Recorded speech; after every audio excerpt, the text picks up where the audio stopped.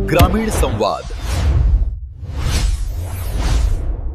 सर्वसामान्याचा निर्भीड आवाज।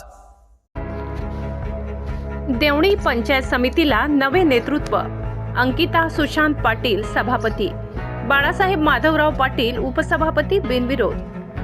9 मार्चच्या पहिल्या सभेत ऐतिहासिक निवड। तहसीलदार देवणी यांच्या अध्यक्षतेखाली प्रक्रिया पार।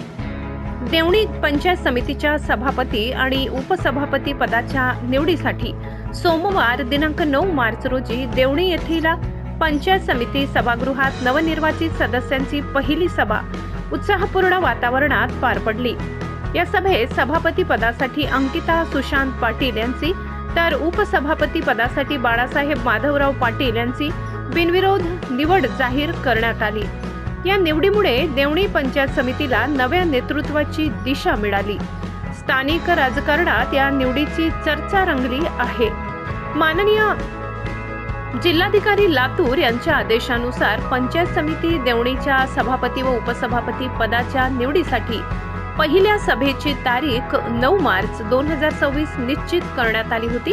या सभेसाठी तहसीलदार देवणी यांनी पीठासीन अधिकारी म्हणून नियुक्ती करण्यात आली होती। त्यानुसार सर्व सदस्यांना पूर्वसूचना देऊन सभेचे वेळापत्रक निश्चित करण्यात आले होते। सभापती व उपसभापती पदासाठी नामनिर्देशन पत्र स्वीकारण्याची वेळ सकाळी 10 ते 12 अशी निश्चित करण्यात आली होती।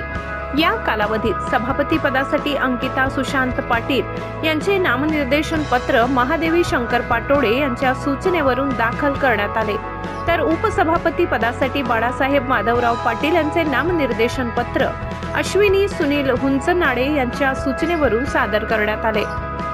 दुपारी 2 वाजता सभेला सुरुवात झाली। महाराष्ट्र जिल्हा परिषद व पंचायत समिती अधिनियम 1961 नुसार गणपूर्तीसाठी आवश्यक असलेले सदस्य उपस्थित असल्याने सभा वैध ठरवण्यात आली। त्यानंतर प्राप्त नामनिर्देशन पत्रांची दुपारी 2 ते 2:15 या वेळेत छाननी करण्यात आली। दोन्ही पदांसाठी प्रत्येकी एकच नामनिर्देशन पत्र प्राप्त झाल्याने ते वैध ठरवण्यात आले। यानंतर नामनिर्देशन पत्र मागे घेण्यासाठी दुपारी 2:15 ते 2:30 असा कालावधी देण्यात आला। मात्र कोणत्याही उमेदवाराने अर्ज मागे न घेतल्यामुळे सभापती पदासाठी अंकिता सुशांत पाटील आणि उपसभापती पदासाठी बाळासाहेब माधवराव पाटील यांची बिनविरोध निवड झाल्याचे पीठासीन अधिकारी तथा तहसीलदार देवणी यांनी अधिकृतरित्या जाहीर केले।